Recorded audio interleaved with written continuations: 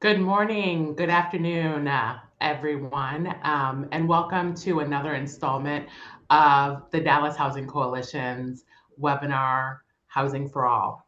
Thank you for joining us, and I'm your host, Andrea Gillespie, Senior Manager of Community Development at Charles Schwab Bank.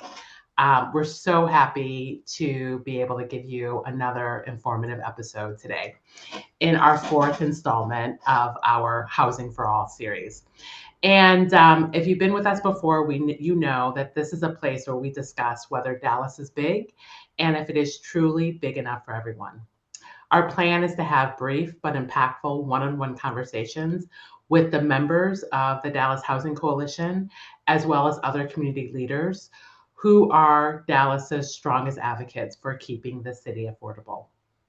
Joining us today is Daniel Roby. Daniel has served as Chief Executive Officer of Austin Street Center since 2015.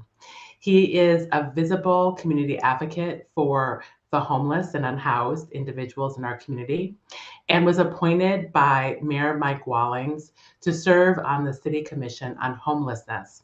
And he is currently on the board of directors of Metro Dallas Homeless Alliance. Under Daniel's leadership, Austin Street has more than doubled its case management staff. Additional programs and services have been implemented to help individuals successfully end their homelessness. And the number of clients exiting into housing has quadrupled. Daniel, so good to see you this morning, and thank you so much for joining us. Such a joy to be here. Thank you so much for having me. Absolutely. Well, we can just go ahead and dive right into the conversation. For the folks that are with us today that are not as familiar with Austin Street Center, can you share more information about how the organization works to provide safe shelter for folks who found themselves in unhoused situations? Sure. So for 40 years, Austin Street Center has provided safe shelter, meeting some of the basic needs of the most vulnerable homeless in our community here in North Texas. And so, certainly we're known for providing shelter. We've been doing that for a long time. But really increasingly over the past, 5 to 10 years, we've been focused on a number of different strategies, really identifying ourselves as kind of gap fillers and different areas that our clients seem to struggle with. So, I'm sure we'll get into that later, but we've expanded to various types of housing programs like rapid rehousing. We've also been involved in creating joint partnerships with local hospital systems and transportation programs, working with transportation authorities. So it's been a journey, but we're thankful to have really increased the number of people that we see exit homelessness and go back into the community. So. Fantastic. And before we go on to our next question, I'm going to throw a little bit of an audible, but I know that rapid rehousing is really been raised as a best practice in folks who work in the homelessness space. And can you provide a brief definition of what you mean by rapid rehousing and how that works over the short and long term? Sure. So, rapid rehousing is really a program that, in large part, has been designed and continue to be reformed through, housing and urban development. So, from HUD, and also supported through some kind of membership organizations like the National Alliance to End Homelessness. How it works essentially is HUD has a notice of funds available that you can reply to, so you can put in an application for. And if awarded, those programs can look different ways, but essentially provides the rental cost as well as support services for people who are homeless to move back into the community. And the reason why it's so critical, it's multifaceted, but primarily when somebody goes from homeless directly into a home and it begins to stabilize in that environment, the goal being that you're able to hopefully reduce that subsidy or that financial benefit over time, so the individual takes over the unit themselves and is able to remain as a tenant now, no longer homeless. So here at Austin Street, we probably have the second largest rapid rehousing program in North Texas. And, for what that looks like for us is we have got certainly our own shelter clients that we served, as well as unsheltered clients and folks in other shelters, that we work through what's called a coordinated assessment process through our local continuum of care. I'm using lots of jargon today. The continuum of care is essentially the network of nonprofits and agencies focused on homelessness. And we provide that rental support. We provide a case manager who's working with 20 to 30 folks a piece, and they are making sure that those people's cupboards are full of food, that they've got all the employment services and community supports they need to stay in their unit and their homeless experience. And then hopefully the next year we can use that funding source for somebody else, and that way every year we're able to serve more and more people with that rapid rehousing program. So I hope that makes sense, but let me know if you have more questions. Yeah, no, that makes perfect sense. And just based on what you said, I can really, and I hope everyone who's with us today can really get a sense of the holistic approach that Austin Street Centers provides to the clients that it serves, which is very commendable. And along those lines, what do you see are the root causes of homelessness or someone who finds themselves in an unhoused situation? And how does your organization address those root causes? Yeah. Well, obviously, homelessness is multifaceted. It can be very complex. And it may be useful to be able to build on that last conversation about rapid rehousing, to be able to describe some of the leading factors on what makes somebody homeless. So what I'll start off is by defining the issue or the problem as homelessness. We have a common factor, right? And that common factor is housing, and that there's a lack of housing and a lack of affordable housing. And that's essentially the bedrock that, all this types of, homelessness ends up being built from. And I say that because a lot of times people talk about, well, is an addiction really the primary cause, or is it mental health? And those issues, certainly are a part of what we see in our homeless population. But the question is it really the primary or leading cause for people? And there's a little bit of a chicken and egg debate on that, right? Because the question is, well, did someone become homeless and then become addicted? Did they become homeless and then struggle with mental health? Or was it something that they had prior to the arrival? And how do we determine whether or not that, caused them to be homeless or not? One thing that we know for sure, which is there's a lot of people in housing, maybe a lot of people in your neighborhood that may struggle with addiction or mental health. And those people, just by nature of that struggle, are not homeless, right? So I think what we find is kind of a game of musical chairs, which means that at the end of the day, the music stops and there's not enough affordable housing, or there's not enough chairs for everyone to sit in. And so who is left standing in this game of musical chairs that we call housing? And the people who are left standing typically have more vulnerabilities.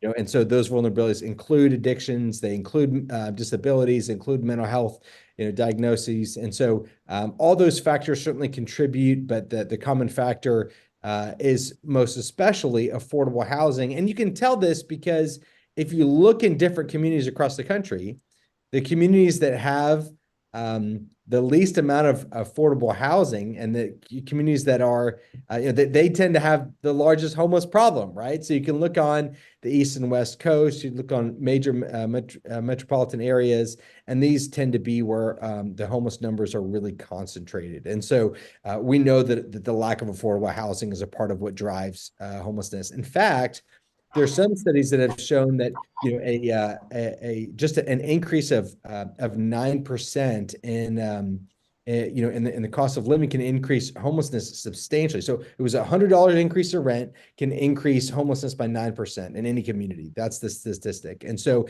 you just know that as that number goes up, as it has here in the Dallas-Fort Worth area, so does your homeless population. Many of those people can be placed in all kinds of programmatic supports.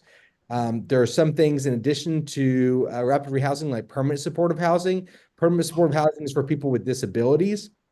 and they're for people that are typically chronically homeless.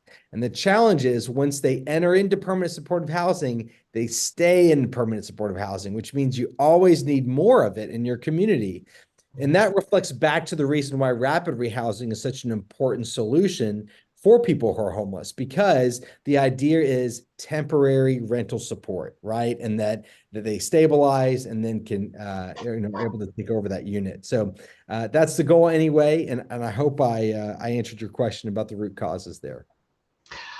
Oh, you absolutely do. I love the metaphor that you used of musical chairs. I think that is going to stay with me for a very long time. And I'll tell you why. You don't know this about myself, but I put myself through 4 years of college by working at a homeless shelter No in way. college. Yes.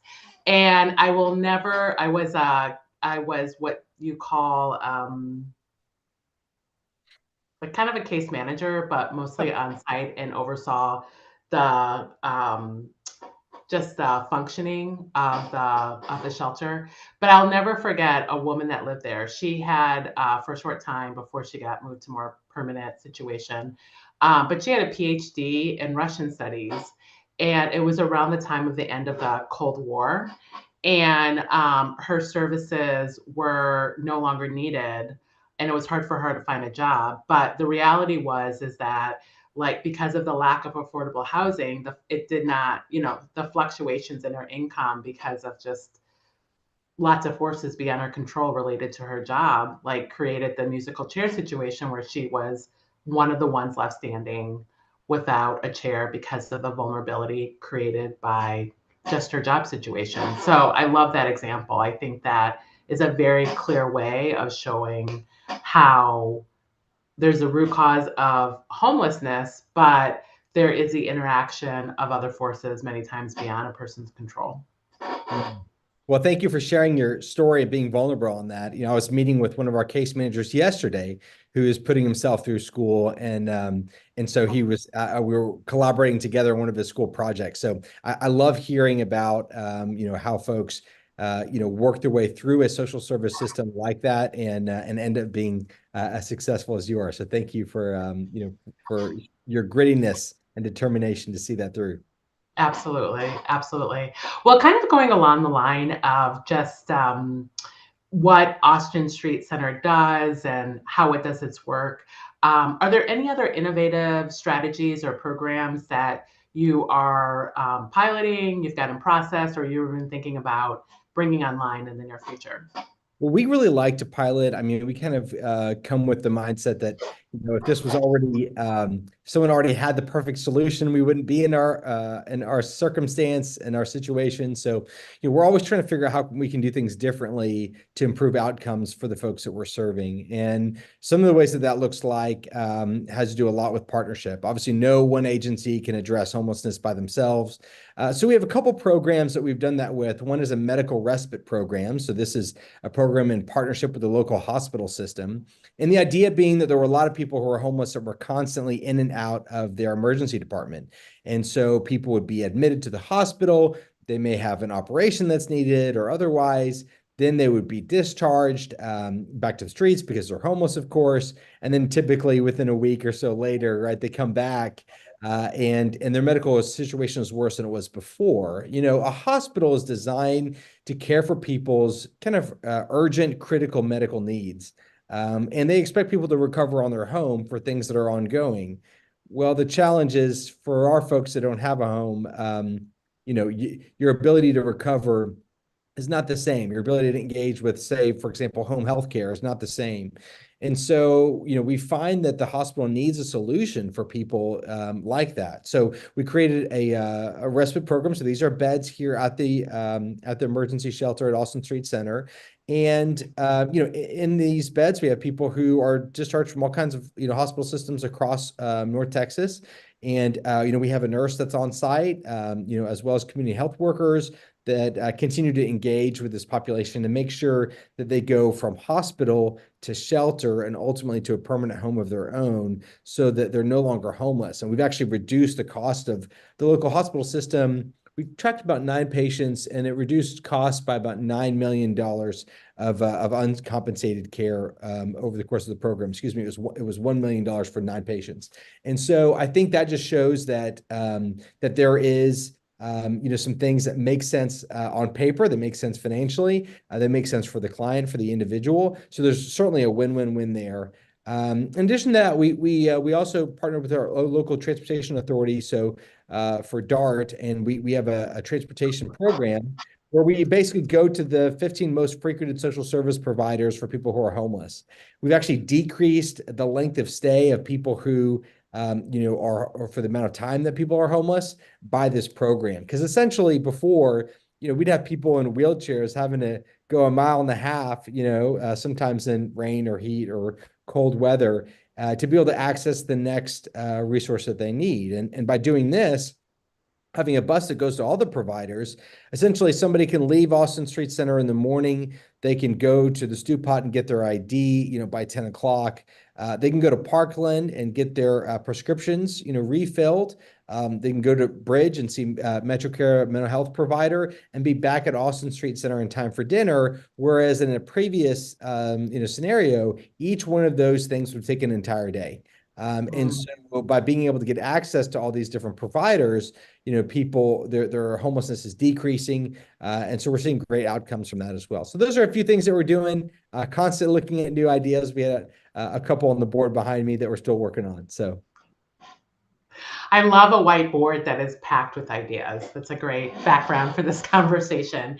And those are very great examples of the innovative ways that you are, sounds like that you're collaborating, you're being responsive, and you're meeting people where they're at. So thank you for sharing those innovative strategies.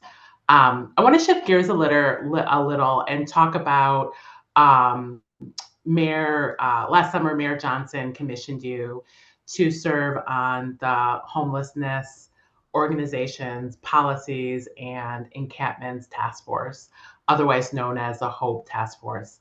Can you talk about what that entailed and what your top recommendations and priorities were?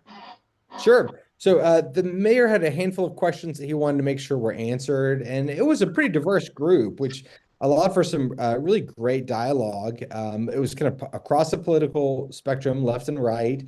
It was practitioners, it was policy oriented folks. So it was a good cross section of people to look at the problem from different perspectives. And we were able to come up with some things that we really agreed upon as being critical to address the homeless situation here in North Texas. And, some of those things, were more kind of housing, oriented. We were really had conversations, for example, like trying to address, kind of zoning and permitting issues where it comes to housing. A lot of times, there are challenges in those areas. And, even though inclusionary zoning from, conceptually may not be something that it's doable here in Dallas, there are ideas such as density bonuses and things like that that you can do to try to make sure you're increasing your affordable housing stock. And so we certainly advocated for those. And I even think there was, the ability to essentially fast track permitting for projects that are specifically for people who are 50% AMI and below. And by AMI, I mean, area median income. And so that was another one of the things that I presented to the task force for recommendation. I think there's a lot more to be done, in this space. I think we're trying to put forward the things that we think are most doable. And I'll just add, the city of Dallas has a lot of land. And if they wanted to, that land could be quickly leveraged for affordable housing development if they have the political will to make that happen. And so at this point in time, we developed our report. I feel pretty good about it. It's been presented to city council. So now we will wait and see what they do with it. So. Well, hopefully that whatever is in the report, and you shared a lot of some of the ideas that coalesced in the final report. Here's hoping that that lives beyond just that report. Fast forwarding to where we are today, what would you hope to see come from the proposed bond money that would be allocated towards housing and homeless solutions? This has been such a hot debate. And I know there's lots of needs in a city. A bond usually has a lot of, political pressure, to be able to find what's appropriate to fund. Um, but I think it's clear that Dallas hasn't done nearly enough to be able to invest in affordable housing. And all you have to do is look at some of our neighbors, like, Austin. I think they did like 350 million for affordable housing. And right now, I think the Dallas, we're looking at somewhere in the ballpark of $60 million for housing. And this is just falling way short. I grew up in Dallas, and just as someone who lives here, Plano was essentially grasslands when I grew up here. Now Plano is city center. And as your metroplex grows, we realize just logically that infrastructure grows with it, right? You have to have access to water, you have to have access to electricity, and there has been that infrastructure investment, throughout North Texas.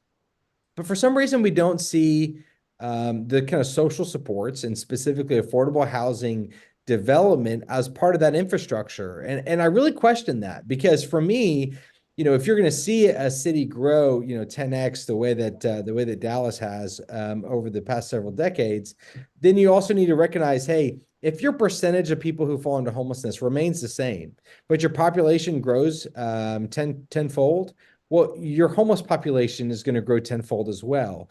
And if you don't invest in that infrastructure, we haven't built a homeless shelter in Dallas since the bridge was built in 2008. And our population has changed quite a bit since then. So, there's a lot that needs to be done. A lot needs to be done all over Dallas. I think a lot of social supports are kind of focused around city center.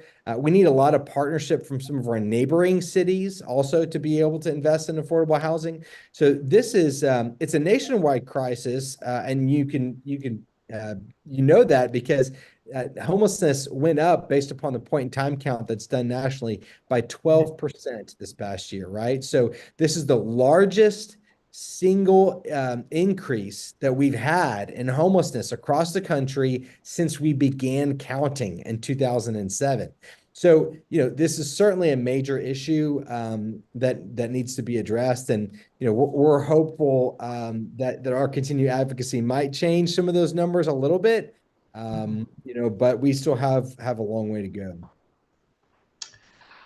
I really like how you related growing the stock of affordable housing as an investment in infrastructure. That makes a lot of sense to me because, like as you said, as the Metroplex continues to grow, we've made infrastructure improvements in other ways, but to center and align affordable housing with infrastructure is a powerful way to look at the need for affordable housing and how it relates to the overall growth of our Metroplex.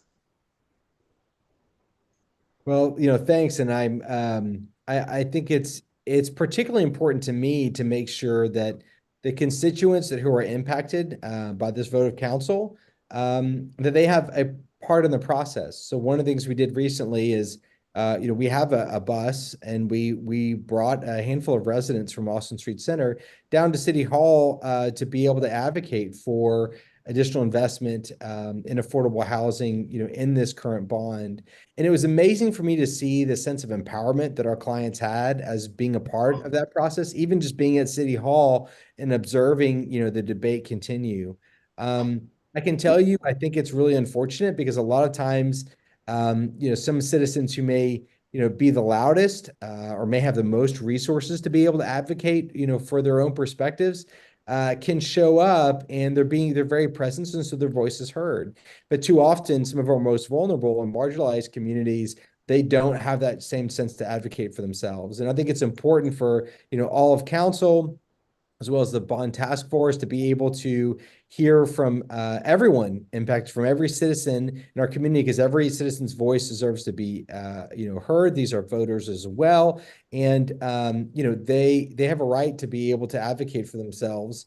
And this council needs to recognize when they don't choose to invest in affordable housing, it's a vote against the individuals, that we serve every day. Um, I can say here in Dallas, and I just want to add this point that we do a point in time count every year. I think we're still waiting to see what the numbers come out from this most recent one that we did last week. But Austin Street Center operates the inclement weather shelter for the city. So we coordinate amongst about a dozen agencies, nonprofits, city departments to be able to pull that off. When we did that, we served over 2,000 unduplicated individuals.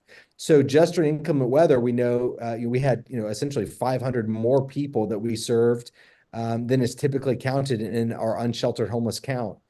So we know this is a significant problem that Dallas has to face, and if we don't address it on the affordable housing side, if you don't like people, to be in your back door, just know they're going to end up in your front door and unsheltered homelessness because of that lack of investment. I think for me, just being frank and being fully vulnerable, I get tired of a community that continues to choose not to invest in the problem and then come to me and say, "Hey, Daniel, can you do something about all these homeless people?"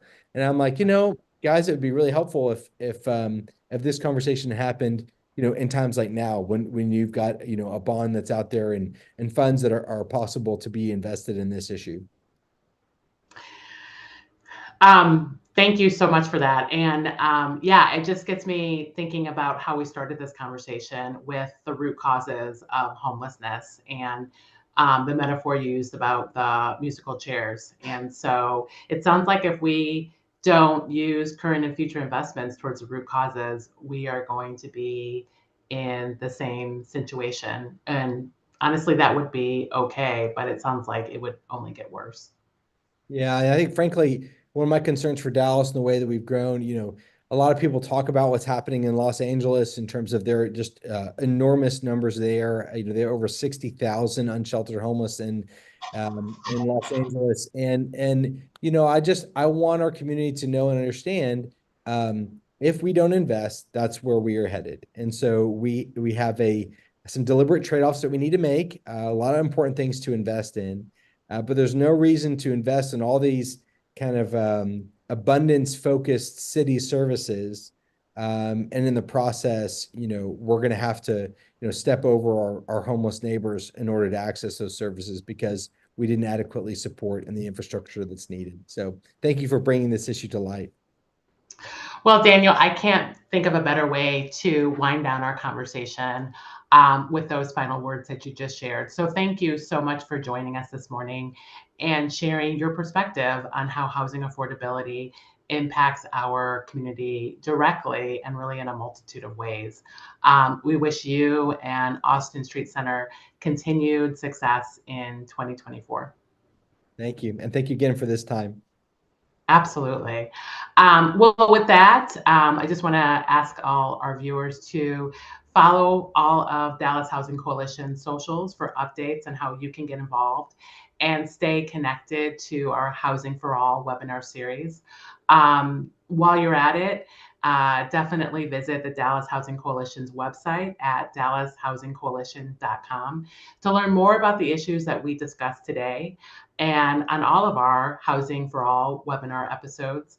And one of the major issues that you can learn more about once you're on the website is Dallas's 2024 bond program, for which the City Council will be deciding how much of the $1.1 billion of bond funding will be allocated to city programs in the coming weeks. And the coalition is always open to new members. So if you want to join the coalition, you can do so at the website.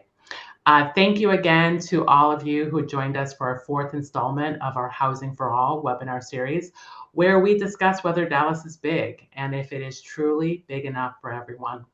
Tune in the next couple of weeks where we plan to have more incredible guests like Daniel on our webinar. And with that, have a wonderful week.